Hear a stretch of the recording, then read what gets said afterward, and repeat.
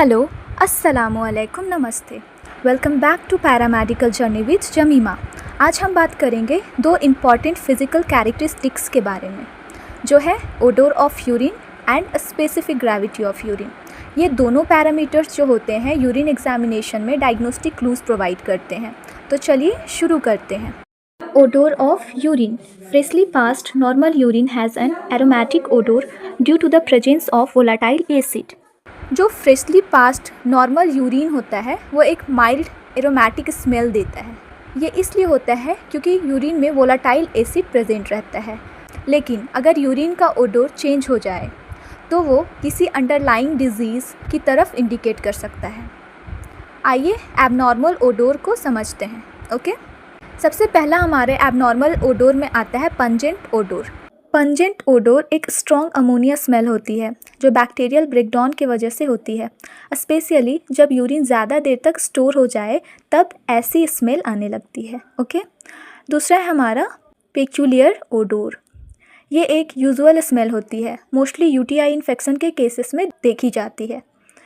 Frooti odour, अगर urine से Frooti या स्वीट स्मेल आए, मीठा टाइप का, तो ये कीटोन बॉडीज़ के प्रेजेंस की वजह से हो सकती है, जैसे कीटोएसिडोसिस या स्टारवेशन में। स्टारवेशन मीन्स लंबे समय से अगर फास्टिंग कोई किया है तो उसके यूरिन का स्मेल फ्रूटी हो जाता है। ठीक है, नेक्स्ट है मस्टी या मॉसी ओडोर। ये ओडोर फिनाइल कीटोन यूरिया नाम की एक जेनेटिक डिसऑर्डर में होती है जहाँ फिनाइल एलानाइन मेटाबोलाइज नहीं होती है। ओके, फिशी स्मेल का रीज़न होता है UTI infection, specially Proteus bacteria. जब प्रोटियस बैक्टीरिया हमारे यूरिनरी ट्रैक में इन्फेक्शन कर देती है तो उस कंडीशन को हम बोलते हैं trimethylamine urea. Okay, next odour aromatic odour. ये स्मेल बहुत ही इन्फेक्शन की वजह से हो सकती है, जैसे इकोलाई से होने वाली यूरिनरी ट्रैक इन्फेक्शन या पुराना यूरिन सैंपल की वजह से भी हो सकता है। जो फॉल ओडोर है, ठीक है, सड़े हुआ टाइप का स्ट्रॉन्ग, ये एक स्ट्रॉन्ग अनप्लेजेंट स्मेल होती है जो usually severe urinary track infection में होती है। ओके, अब बात करते हैं स्पेसिफिक ग्रेविटी को, जो यूरिन की एक इम्पॉर्टेंट फिजिकल प्रॉपर्टी होती है।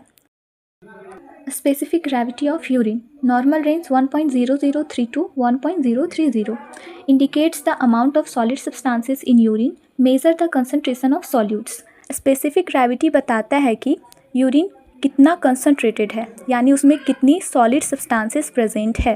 Defined as specific gravity density of urine upon density of water.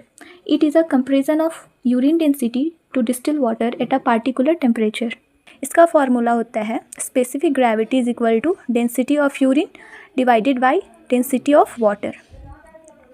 जो नॉर्मल स्पेसिफिक ग्रेविटी होती है यूरिन की, वो होती है 1.003 to 1.030 तक। ठीक है, तो ये तो हमारे यूरिन की नॉर्मल स्पेसिफिक ग्रेविटी थी। अब हम बात करते हैं एबनॉर्मल स्पेसिफिक ग्रेविटी के बारे में। तो एबनॉर्मल में सबसे पहला हमारा आता है hypersthenuria, increase specific gravity of urine. अगर यूरिन का स्पेसिफिक ग्रेविटी ज़्यादा हो तो उसे हाइपरस्थेनूरिया कहते हैं। इसका मतलब है यूरिन ज़्यादा कंसंट्रेटेड है। इसके कुछ कॉमन कारण हो सकते हैं, जैसे excessive sweating, fever, diarrhoea and vomiting, acute nephritis, haematuria and haemoglobinuria, dehydration, diabetes mellitus, protein urea, congestive heart failure, hepatic disease. Next है हमारा hyposthenuria, decrease specific gravity of urine. ये तब होता है जब यूरिन डाइल्यूट हो, यानी कम सॉल्यूट प्रेजेंट हो यूरिन में। इसके कुछ कारण हो सकते हैं, जैसे excess water intake, chronic nephritis, diabetes insipidus, hypertension with renal involvement. Okay, next है हमारा isosthenuria, fixed specific gravity of urine 1.010 due to loss of concentrating ability of renal tubules. Isosthenuria में किडनी की कॉन्सेंट्रेटिंग एबिलिटी लॉस हो जाती है, जिसके कारण urine का स्पेसिफिक ग्रेविटी फिक्स हो जाता है। यूजुअली ये 1.010 के अराउंड होता है। इसके कुछ कारण होते हैं, जैसे chronic renal failure, chronic nephritis, renal failure या ADH deficiency. ADH means anti diuretic hormone होता है। ठीक है, तो आज के लेक्चर में हमने समझा यूरिन के ओडोर और स्पेसिफिक ग्रेविटी के बारे में, इनकी types, causes and diagnostic importance. अगर आपको वीडियो पसंद आए तो लाइक, शेयर एंड सब्सक्राइब करना ना भूलें। मिलते हैं आपसे फिर अगले इन्फॉर्मेटिव लेक्चर में। Stay curious, stay learning. Thank you.